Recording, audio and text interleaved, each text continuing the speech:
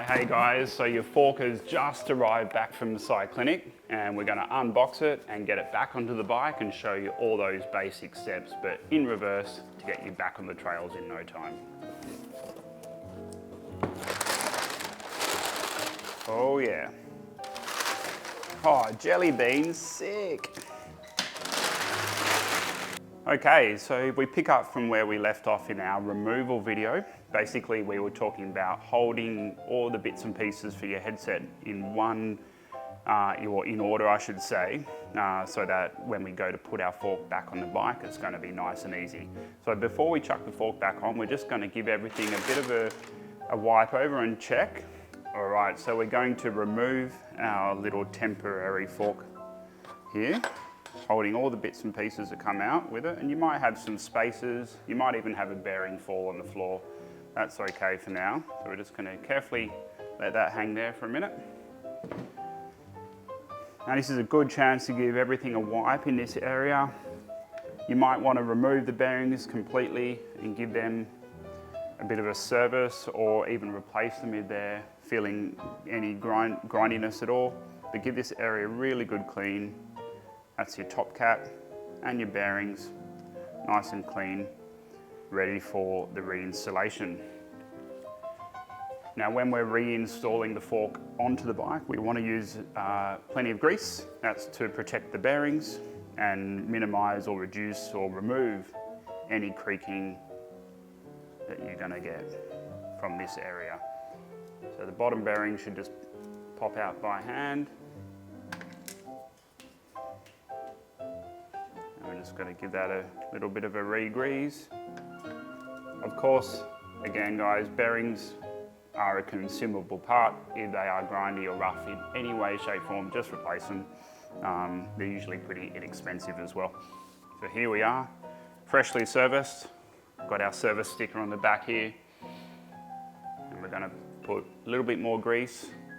Now the grease we'll use here is quite a thick grease. It's not a thin grease that you'd use for some of your internal servicing of your suspension. It's a bit different. It's more of a marine grease. So yeah, if you're going to get something, pick up something like what we use here, which is it's called Royal Purple. Really good grease.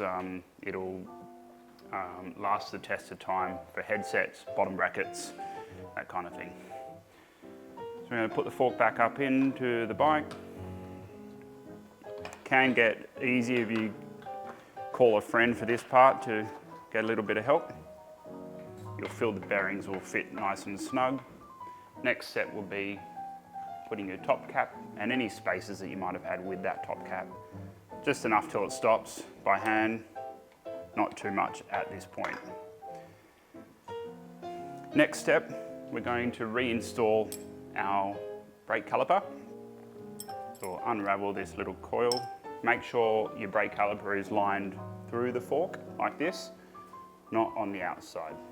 If it's lined on the outside, you can jag it on anything out on the trail. It's just much cleaner for it to be lined on the inside. We've got 2 bolts and a 5mm Allen key for these guys.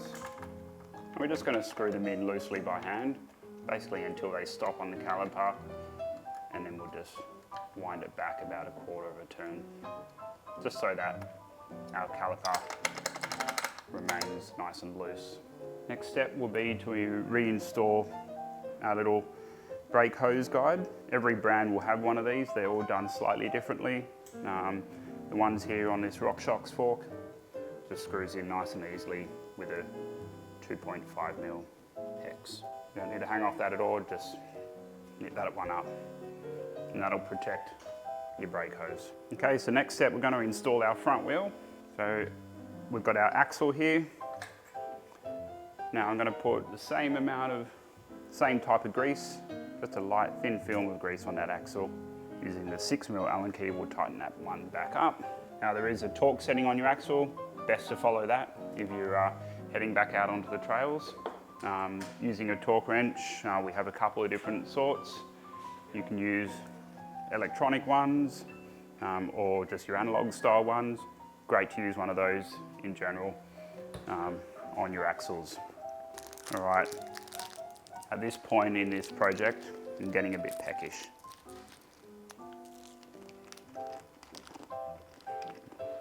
not bad. Okay guys, so we've got our front wheel in nice and secure. We're now going to secure up our front brake and get it aligned nice and quickly so that it doesn't have any drag with that front disc. So nice and easy for this particular one. We're going to grab our front brake, which on this bike's on the left-hand side, and we're just going to hold that front brake down whilst tightening the upper and the lower caliper bolts.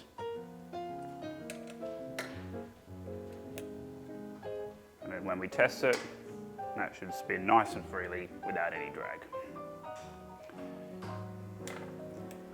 Okay, so next up, we're going to need to put the bike on the ground for this one. We're actually going to just tighten up the headset, and in no time we'll be rolling. So we're still all loose here, but using your foot and a good eye, we're going to tighten down this top cap.